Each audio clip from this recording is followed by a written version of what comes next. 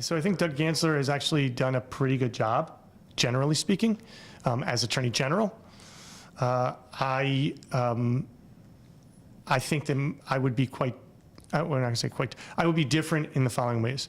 Number one is I think I have a much more hands-on approach with both my bureaucrats and my attorneys in the AG's office.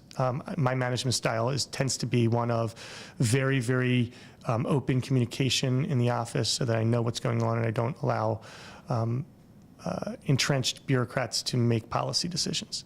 And that is, if there's one complaint I've heard from the AG's office, it's that there hasn't been enough sort of digging down and making sure that the top person and or his deputies understands kind of what's happening on the ground level. Over my more than year of investigation into the office before I decided to run, those are some of the things that I've learned about. And that's where I'd say, so specifically, good question. I'll give you two examples.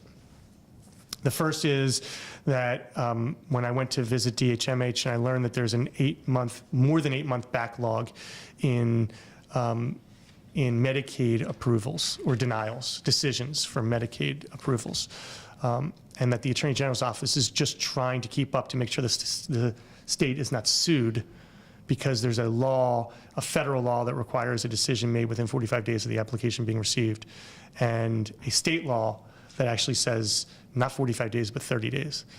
And the question is, there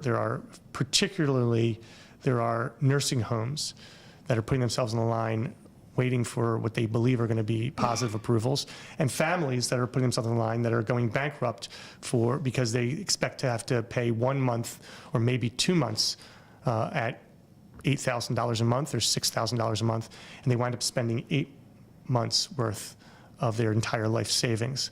When if they knew that there was going to be a denial within 30 days, they could make different decisions for their relatives. That's one area where the Attorney General's office can direct very, very succinctly the department to make sure that the information is predictable and is very non-vague and clear and concise. And there's no reason why the office can't do that. That's number one. Number two, I had the fortune of setting up a meeting with the franchise section of the business section of the Maryland State Bar Association. In a room a little bit bigger than this, there were about 40 lawyers in the room. And then on the phone, there was probably another 25 from all over the state. Lawyers that represent franchisees and lawyers that represent franchisors. There happened to be invited to come 2 assistant AGs that were there. And the franchisee, and there's some lawyers that did both, franchisee law and franchisor law.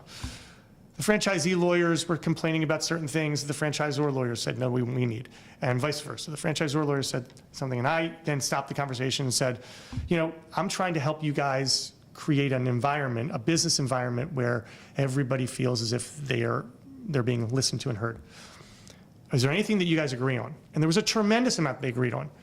And that's when the assistant AGs came in and said, yeah, we don't particularly like streamlining those things because we like to have the authority to slow things down. I said, well, if the franchisor, the client is okay with it, and the franchisee client is okay with it, there's no other party that's aggrieved in this situation. This isn't a consumer issue.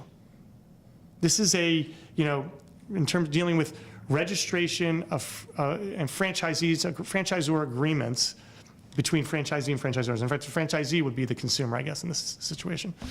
And they say, yeah, but we just aren't sure whether they really know what their rights are. And their lawyers are saying, they're paying us $300 an hour to make sure we're defending them and know their rights. We want to move forward. We don't want to wait 6 months for a decision because we need to make money or they are going to lose all their cash. And so when I left after I left the meeting, there was one particular example which I have to give. It's called a black line rule. You have to reapply. You have to resubmit your franchise agreement annually, according to state law. We're one of 16 states that require this. Apparently, we're the most onerous of all 16 states that require it. And the agreement can be the exact same agreement as in the past, because some of them are very, very long, but you do need to go in and change any major changes in the expected revenues or losses. So it has to be done in black ink.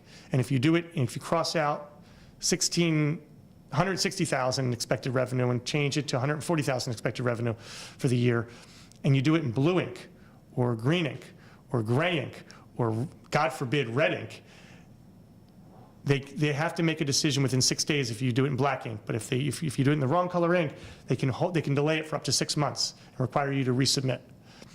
And I said, that's the most ridiculous thing I ever heard, especially if they say, we're okay with everything, it's just the black line rule. So it's literally a black line rule. So after we left the agreement, after we left the meeting, a couple of lawyers called me up who I didn't know, and they told me that, amazingly, the AGs have been much more helpful in streamlining things that both parties agree on as of now, because they saw that their entrenched bureaucratic way of doing things was not necessarily the way that it should, that the people at the top want to see that. And that's the kind of example where I want to go in, cut through the weeds.